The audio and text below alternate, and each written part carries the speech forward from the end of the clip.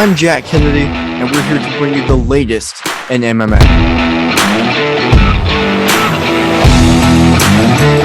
Hey everybody, my name's Hunter Boss, and what the boss says goes.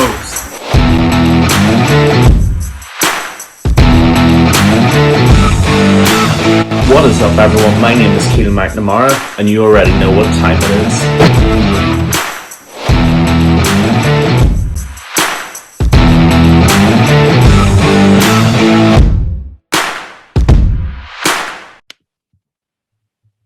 Hello, everyone, and welcome to the MMA Island Podcast. I am Jack Kennedy alongside Keelan McNamara and Hunter Boss. Well, everybody, thank you again for joining us. We have another great episode in store for you today. Let's go ahead and get started with the news. Beneil Dariush, right? Fighting Islam Makhachev. Unfortunately, Beneil Dariush is having to pull out of that fight. It's actually a real gut blow because that is a phenomenal fight that we all wanted to see, and logically, the winner of that would fight for the title next. Who knows what's going to happen now? But a guy I literally just saw a fight last week, Bobby Green, is like, call my number. We're stepping up, making it happen. Unofficially official. Bobby Green, Islam Makhachev for a fight night main event. Hunter, what do you think? I think it's a fantastic idea. It's a wonderful opportunity for Bobby Green. He's starting to create more and more followers as he fights more and more. He's a real veteran of the sport, so it's nice to see him get this limelight that he truly deserves, because he's a very entertaining fighter. What do I think is going to happen in this fight? I think Bobby Green's going to get freaking demolished. But I mean, at least he's going to try, because I've been wrong before. Not really this year much, but I've been wrong before. Wow. Okay. Just throw it out. No. You know what? Keep going. Here. Honestly, in all facets of the game, I think this is a great idea for Bobby Green. Yeah. He doesn't really have much to lose here. He's fighting on a week's notice, 2 weeks notice maybe. Yeah. I really wish that this fight didn't fall through, because like Jack said, this was going to be a fantastic fight. This is like wrestling versus wrestling. Beneil's got some BJJ. Islam's got some good stand-up. Beneil's got some good stand-up. It would have been a really good fight. Yeah. Hopefully they reschedule it in the future sometimes, and hopefully Beneil still gets a high-caliber fight, because he really did it's a freak accident. He hurt his ankle in practice, awkwardly put some weight on it when he was training wrestling. Stuff happens. Shit happens, and I'm happy Bobby Green stepped in and the fight night wasn't just wiped. So I'm happy this happened, but it could have been better. So hopefully Beneil gets the opportunity in the future, and hopefully Islam, also gets an opportunity in the future for Beneil. Yeah, and this sucks, really. It just does. There's no real nice way of saying it, because by God was I looking forward to this fight. We have Beneil Dariush, who ran through Tony Ferguson, and we have Islam Makhachev, who's been on a tear through the lightweight division for the last year or two. So this really was the fight to decide who gets that next title shot. And that's the most difficult part about all of this. The question that I ask is, I'll get on to Bobby Green in a second, but at the moment, if Islam wins this fight as we expect him to do, does this really do anything for him getting the next title shot?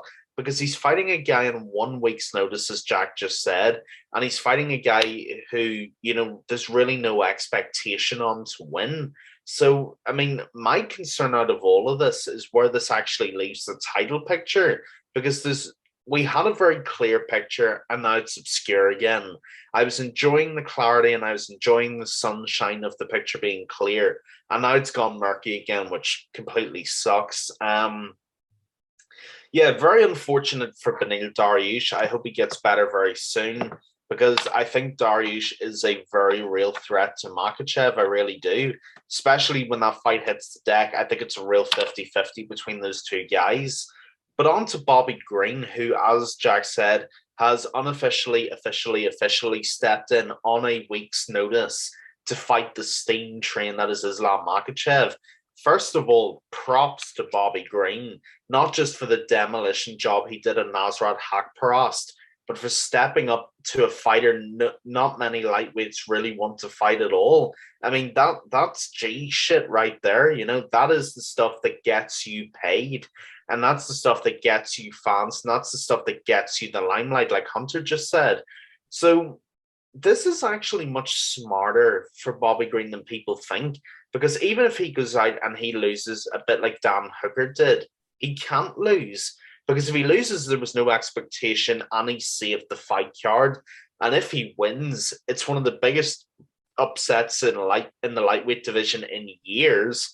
And you could make an argument that Bobby Green's near that top 5 title weight picture as well, which is insanity to think of, I know. So I got to be honest, my official prediction is I think Islam Makhachev is going to steamroll Bobby Green within a round. I think his wrestling's just pulls better than Bobby Green, and the ground game I don't even want to think about. So yeah, more than full props from my end for Bobby Green for actually stepping up and taking it. But I think we all see that there's only one way this story ends. Yeah, look, I mean, that's the biggest thing is this lightweight division never makes any sense and it can never be clear ever. Like the last time this division has really been clear is since the Benson Henderson, Anthony Pettis days where they were champion. After that, it's when we had Eddie Alvarez beat RDA and then immediately fights Connor. And then Connor's the champ, not the champ. He's fighting Mayweather now. What's going on? You know, we have all this chaos ever since then. Right now, we have Habib steamrolling people. Oh, Habib's retired. What do we do now? Right?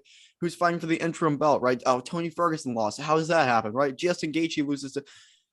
The whole division has always been a mess, and now it's looking like okay, we're gonna get back on the train. We have a legit champion now in Charles Oliveira. Right? We have a legit contender fight now. Beneil Dariush, Islam Makhachev, and here we go again. Right? We have a Beneil Dariush pull out. Makhachev.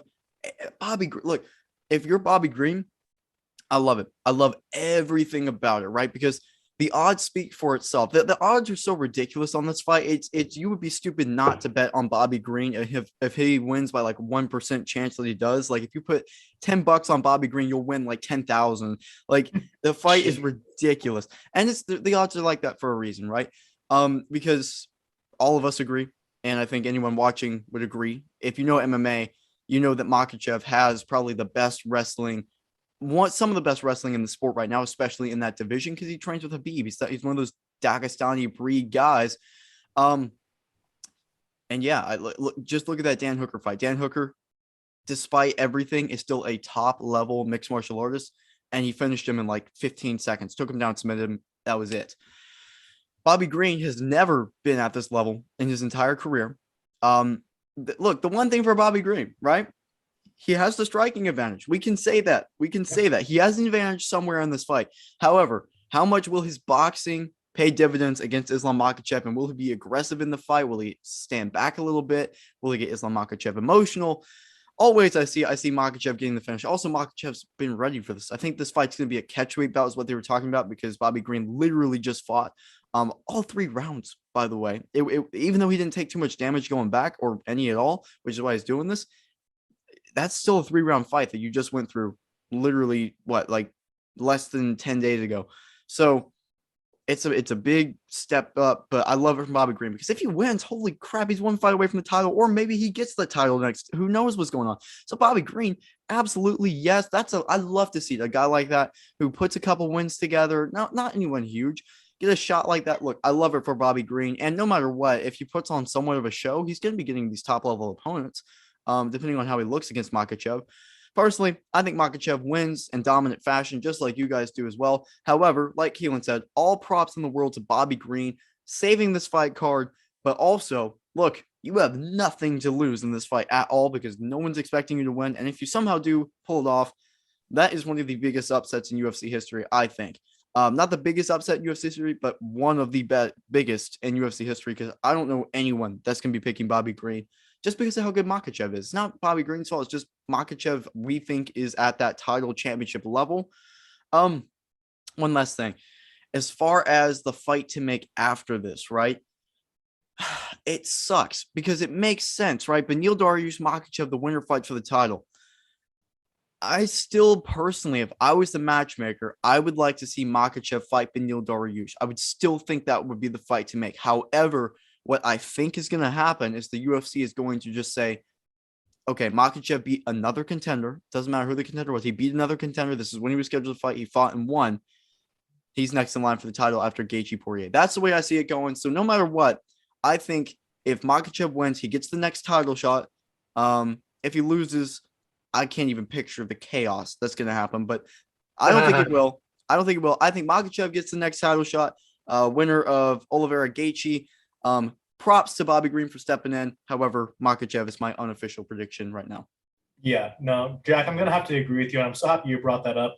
Yeah, there is definitely madness in the lightweight division, but it's clear what's going to happen if Islam wins. Yeah. You know, he's more active than Beneil Dariush. Actually, let's take it all the way back. Let's take a look at the top 5 lightweights currently. For sure. Number 1, we got Gaethje. Gaethje's already fighting next for the belt, so we can knock that one off the list. Yep.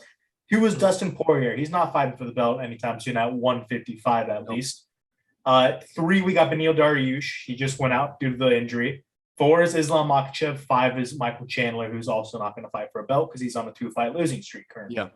So what does that tell us right now? If Islam wins another fight due to activity and just the amount of wins he's built up in his career, he's going to get the next title shot. I hope that's clear to everyone. Yeah. Beneil Dariush should not get it over Islam in any case scenario here.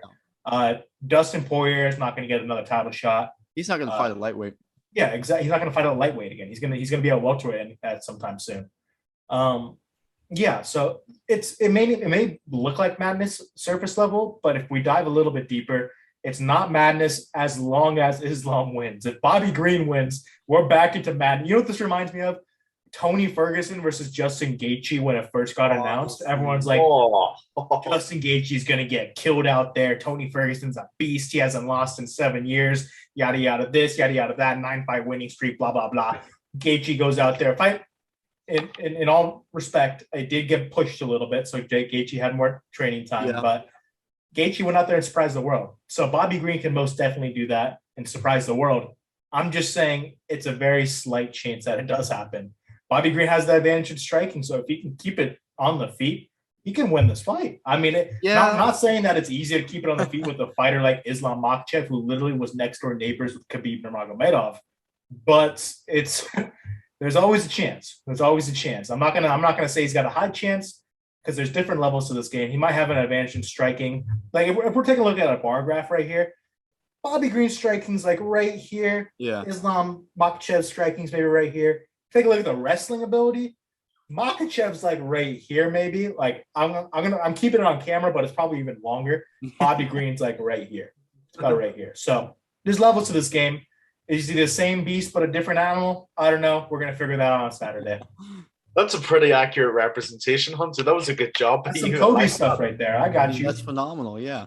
Mathematical shit out here in the MMA and a podcast. You know me. I'm a scholar over here. All right. I'm giving you the numbers. Scholar stuff over here, ladies and gentlemen. This is how he gets all his picks right. Oh my goodness. I bet you Hunter's got a bar graph on his hard drive predicting all his picks. I got the sports almanac from like 10 years in the future, like some Back to the Future type of shit. And that's why I'm getting my He's like that. Hunter's like that meme connecting all the dots. That's you for these fights. Yeah. We've broken the code. No, look, the last thing that I'll say about it is this. Again, the problem is that, well, not even the problem. Islam Makhachev is 99% going to win. I think that's a fair prediction on any sort of level. But if Bobby Green somehow wins, we are back to 2017 lightweight division. Darkness, obscurity, no clear structure, divisions getting held up, all that kind of stuff. We are back to division purgatory, but this time in a much better way. I actually kind of want to see it happen. Finally. And you know what? I'm actually gonna make a little bit of a case here for Bobby Green. Stupid as this sounds, just strictly for balance, and because we are scholars on the MMA Island podcast, it would only be fair that I did. Bobby Green always fights to his very best when there's no pressure on him. And there's no pressure on him in this fight. Because like we said, everybody's expecting him to lose. He's carrying no expectation at all. In that first, if we look at the Dan Hooker Islam Makhachev fight, there was a very initial exchange in the feet where Makhachev shot into the double leg, got the takedown. If Bobby Green can control that opening exchange the way he did with Nasrat Haqparast, I mean, we never know what could happen. It is the fight game. One shot can literally change the world. I'm not saying it's going to happen. In fact, I'm probably saying it's not going to happen. But the possibilities are there. We never really know. So my prediction is the same as Hunter's and Jack's. I think Makachev will absolutely steamroll Bobby Green and get the next title shot. But God, I want Bobby Green to win just because. No, I agree with you. We're all about chaos on the MMA Island podcast, right? I mean, that's what we want. Look, if Bobby Green wins, who knows? That's why I don't even want to talk about it, because I really don't think it's going to happen. Like, it's weird that we're even like, because Makachev surely is going to win this, right? I mean, he's so good. But again, the thing is, what makes this fight interesting, and for all the other reasons why you should watch it, is that Bobby Green has an advantage somewhere. Right? There's a lot of guys that fight a guy like Makhachev that don't have an advantage anywhere. Bobby Green has a clear advantage on the feet, especially in the boxing. This might just be my opinion, but I think we need to start having, especially after the Hawk Press fight and the clinic he put on, Bobby Green, I think, might be a top 5 boxer, pure boxer in the UFC right now. Just the way his hands move, the way he's like, all his hands down, and he's one of the very few fighters, and I don't know if there's anyone else who does it, who has like a hands down, completely down, and just kind of rolls like kind of Floyd Mayweather does, like a very boxing style like defense. Cub Swanson kind of has that. Yeah, exactly. Okay, that's true. But like, other than them, very like, Yarbrandt style. Garbrandt keeps his hands up though, even though he gets knocked out all the time. He does keep his hands up. And there's no head movement from Garbrandt either. Bobby Green is all about head movement. He's always just out of the way and then staring and then like wiping off his shoulder. So the two things that are going to go in Bobby Green's fashion is I think he can get in Makhachev's head a little bit, not necessarily trash talk wise, but in there, like getting amped up and like getting Makhachev amped up. And if he gets him to rush in a little bit, maybe we could catch him. And 2, pure boxing, absolutely Bobby Green over Makhachev. So I like how we're, Makhachev, Bobby Green, we'll see what happens. I'm very excited though. And I, of course, with you guys, nothing against Makhachev. We love you, Makhachev, but we want just the most insane possible outcome in any situation. So that's why we're going Bobby Green. But good stuff, guys. Let's move on to the best of the best. And usually for this segment, right, we're talking like the best of the best. We're talking about like GOAT or like something like that, like truly like the best of the best. This best of the best is because it is just such an amazing segment that we are so like happy and it's hilarious and we're excited to talk about. Joaquin Buckley is going to have the Detroit Urban Survival guy as his cornerman for this fight night this Saturday. Guys, what do we think about this decision? Let me put this into perspective for those who may not know UFC very well, or maybe just general pop culture knowledge. Last year, I believe it was last year, Joaquin Buckley's crazy KO was 2 years ago, now, right? Yeah. Or was it 1 year? Little over a year ago. Yeah. I feel like. Year and a half. It's a little over a year ago. So sometime last year or the year before that, Joaquin Buckley had one of the craziest knockouts that we've ever seen on planet Earth with a horse kick knockout. It was a spinning back kick basically to the face. Never seen before in the UFC, and it won knockout of the year. Come Detroit Urban or whatever his name is, is the worst, and I mean worst, self-defense coach on the planet Earth. And his terrible techniques have gave him star status when it comes to memes and social media. So we got the craziest knockout artist of 2020 or 2021 with the worst personal trainer and the worst self-defense coach of all time. And they're going in as a team. Now, all I'm saying is, if Joaquin Buckley wasn't famous enough for the UFC, he's about to gain at least 100,000 more followers with having Detroit Urban in his corner. Yep. I don't want to say this could do nothing but good, because obviously you want a coach in your corner, like someone who knows what they're doing. But it's not necessarily the worst idea. I mean, remember Mike Perry when he brought his girlfriend in? God. I mean, he won the fight still, and it was like, one of them, I guess. Yeah. He won one of the fights with his girlfriend in his corner. Like, one with the girlfriend is not bad. Everyone was going crazy, She was giving that corner rest to keep your hands up. Like, you probably should in a UFC fight. Like, that's not a bad idea. But that's what I feel like it's going to happen. I think it's obviously for clout, and it's for funny stuff, and it's here to entertain. And their fighters are also entertainers as well at that point as well when you're in the UFC. So I don't think it's a bad idea. I think Joaquin Buckley's skilled enough to maybe do it on his own, I guess. Then again, his opponent's really hard. He's got a really good opponent. Yeah, 11-1, I'm pretty sure. It's just a little scary. So what do I think? I don't even know where to bring this to. Yeah, it's funny. It sure is funny. I don't even know where to start with this. This is fantastic. Oh man. Oh my God. Joaquin Buckley has Hispanic Steven Seagal in his corner. It's that all over again.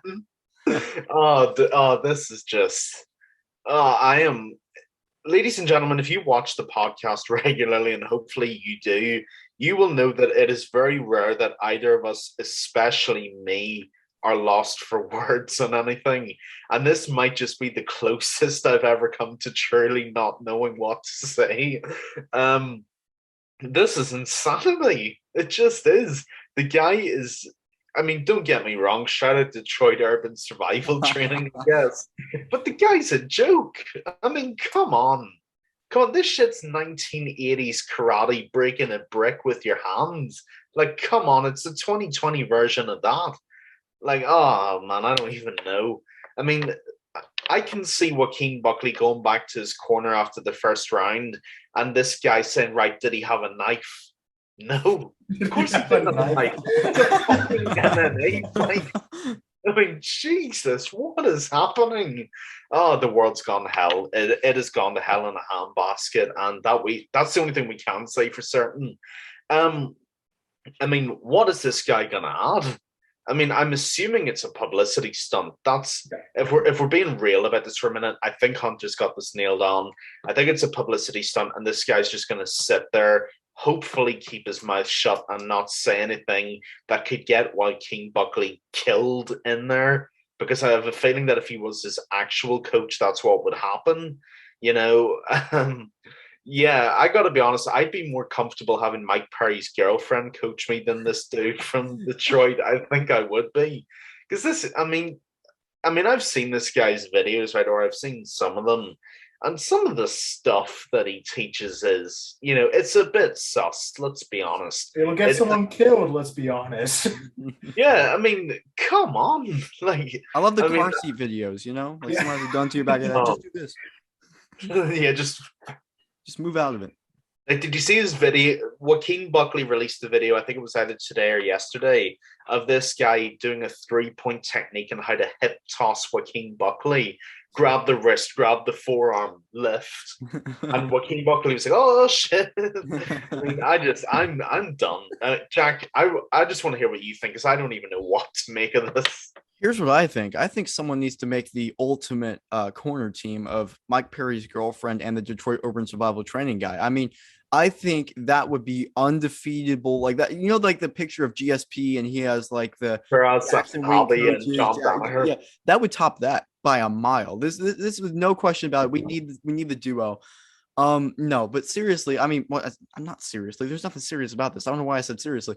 Look, it's funny. It's hilarious. I'm going to be severely disappointed if we don't see some moves out there that he's learned. Like he's got to do like a point to the camera at the least. You know? Exactly. He's got to do like the shuffle method. Have you guys seen that where there's like 50 dudes in the middle and he's just like, let me just move around. If he doesn't do that, if he doesn't do like some sort of weird thing where he tries to catch a kick and toss someone over, like if he doesn't do something weird like that, I'm going to be severely disappointed if it's just there. It's a publicity stunt. I hope he's his real coach.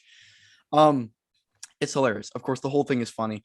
There's not too much to say about it. It's just like people are gonna watch now. I'm gonna watch. Look, I mean, I watch every fight night anyways, but like now I'm gonna be sitting in my seat for this one. Like this is not a fight to go get food. And by the way, what's so ridiculous about this is he's fighting Abdul Razak Al Hassan, which is a dude who doesn't win every fight, but has probably just as much knockout power as Joaquin Buckley has himself, which is why Joaquin Buckley wins so many fights. So if there's any fight to not mess around in, this is a fight to not mess around in, and he's gonna be doing it.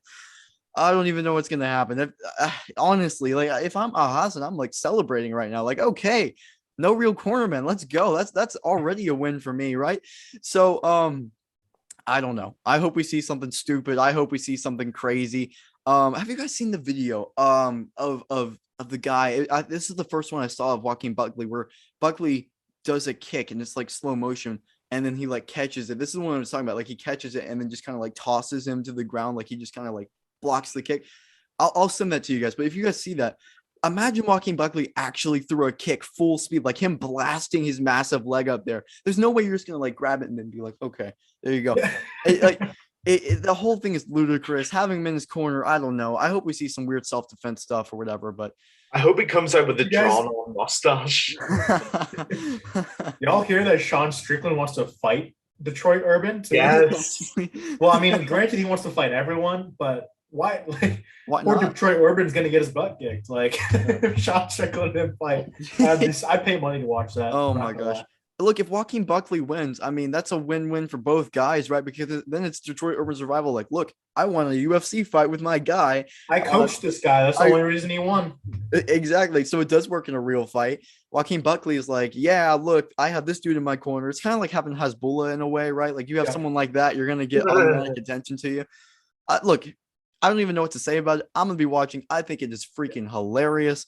I don't even know who I want to win. It's just, I hope we see something stupid and crazy. And I hope we get a little, Detroit Urban Survival training in the post-fight interview as well if he wins. So good stuff, guys. And let's move on. Still talking about the fight night too. The pick of the night, fight of the night, whatever we're doing. Main event, Johnny Walker versus Jamal Hill. Hunter, what's your pick of the night? What's your prediction for the main event? My pick of the night, as well as my prediction for the main event, are one and the same. Okay. I got Jamal Hill winning this one. He's the favorite in the fight. Don't get me wrong. It's not like a super heavy favorite. Yeah. But he is the favorite in the fight. At first, when I first saw this fight night, because obviously the main event got moved, I was kind of thinking to myself, Jamal Hill. I've heard that name. I think I've watched him fight once or twice. Let me do some research on him. Turns out he's a really entertaining fighter, as well as a very talented striker in the light heavyweight division that we don't really see much. He's one of those fighters that will pick you apart from the outside, and that is the exact type of fighter that I feel like is needed against a fighter like Johnny Walker. Johnny Walker is very explosive, very chaotic when he enters the octagon. He does flips and backflips, and him and Michel Piera train together sometimes. And, Johnny Walker is just a total class act. He hurt himself while celebrating in the octagon. I mean, he's a funny guy, but he kind of throws caution to the wind at times. And that is not what you want to do against a fighter like Jamal Hill. Jamal Hill will pick you apart from the outside. He's got really good head movement. He actually reminds me a lot of Bobby Green. If you've seen Bobby Green fight, they're pretty similar in the fact that they got good head movement. They got good striking. Jamal Hill will keep his hands down at time to time, just to kind of bait his opponents into throwing a strike, and then he'll counter. Jamal Hill's just a really talented striker. His wrestling isn't fantastic, but I don't see Johnny Walker taking him down in this fight. So I got Jamal Hill due to, I'm going to say unanimous decision. No, I'm going to go 4th round TKO. And you guys know why I'm picking that? Because what the boss says goes. Woo! Never gets old. Never gets old. Never ever. I hate that so much. I'm not even gonna lie. I got to think of my own thing and fast, because that's getting really irritating, especially when Hunter's right now. Back. Hunter, someday you're going to go on a losing streak for a very long time, just like we've been on, and we're Don't not you gonna put let that curse go. on me, Jack Kennedy. You'll Put know that how curse it feels. Now, Return of the Mac or something like that. I have to think of something. No, I'm actually going the opposite to Hunter for a couple of different reasons. I actually think Johnny Walker is going to win this because I think he's a slightly more skilled fighter than Jamal Hill, and B, I think he really needs to win as well, because Johnny Walker, last time he fought Thiago Santos, didn't he? Yeah, and it was a very, very dull affair from what I recall correctly. Johnny Walker is one of the most naturally talented fighters I've seen at 205 in a long time. The guy is just naturally skilled, and he's naturally built to be a fighter. The problem is, ever since he's gone to SBG and John Kavanagh more specifically, I don't know what's happened. It's like we said this the last time Johnny Walker fought. It seems like they've taken the excitement out of Johnny Walker, and now there's just nothing going forward at all. And he can't afford to do that against Jamahal Hill, because Hill will knock him out. Be under no illusion. Even though I think Johnny Walker will win, Hill can turn your lights out at the flick of a dime. There is no question about this. So I think Johnny Walker might get a decision here. I could see this going all 5 rounds, or a late flurry for Walker that basically finishes it. But he needs to have a better showing. And I'm a big Johnny Walker fan, but his last few affairs have been quite subdued. And it's one thing being subdued, but it's another thing when you're subdued and you lose. You really can't afford that. And, I had the pleasure of talking to Johnny Walker not that long ago, and he said he harbors championship ambitions. And that's great. I think he can do it, but you have to match it with what goes on in the octagon as well. That's just a fact. So this fight tomorrow night, not only do I think, as I said, that he will win because I think he's talented enough, I think the pressure's on him because he has to win. Johnny Walker, name-wise, is the A side in this fight, and he's got to deliver one way or the other. He just does. It's weird to think about, right? Because Johnny Walker not too long ago everyone was saying he's going to be the next champion. At light heavyweight, and then his chin gets exposed. That's what it was. He's just a wild fighter. And Hunter, what you said about Jamahal Hill, everything is correct about that. However, he has a tendency whenever the fight is brought to him to just get in a brawl, an all-out fight, and just go for it. And we know Walker's chin is shot. We don't know Hill's chin is shot. Well, you haven't let me finish, man. You haven't let me finish. All right, I'm sorry. That's on me. I apologize. I'm okay. Scholarly. There, of course. Very civil. We're very civil on the MMA Island podcast, and I did not mean to interrupt. I'm so sorry, Jack. It's okay. It's okay. The reason I mentioned that is because I'm actually backing Jamahal Hill as well. I agree with the boss this time, because I think whenever that fight does get wild, there is always a chance Walker knocks him out, but more often than not nowadays, Jamahal Hill packs so much punch. We very rarely see him get rocked or hurt on the feet that much, which you never know, especially against a guy like Johnny Walker. But we have seen Johnny Walker, whenever he faces a big power puncher, get put to sleep. And Jamahal Hill is that power puncher. Jamahal Hill, I think he's going to be amped up. So I really, even though his style is naturally kind of just like pick you apart from the outside, Johnny Walker's insane.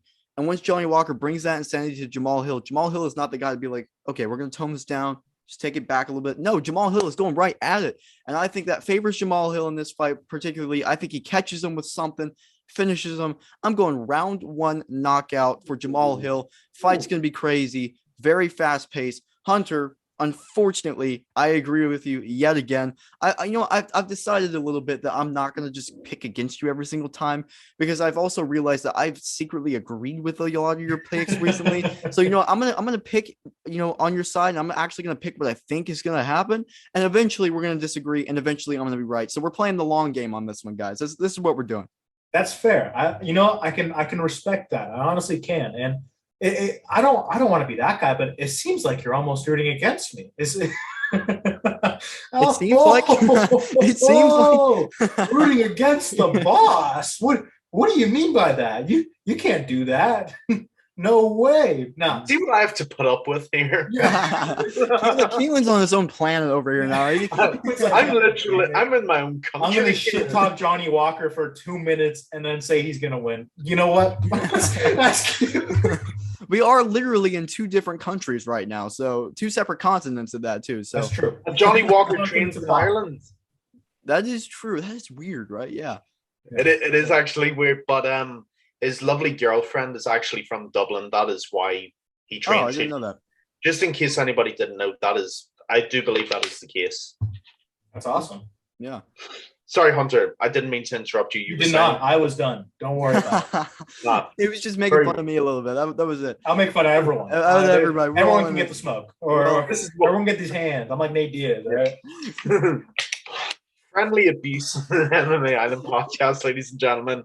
Fit for all ages. We're sophisticated. We're abusive. You name it. That's what we are. We're the MMA Island podcast. Oh, man, We total everything up. Remember We're like that.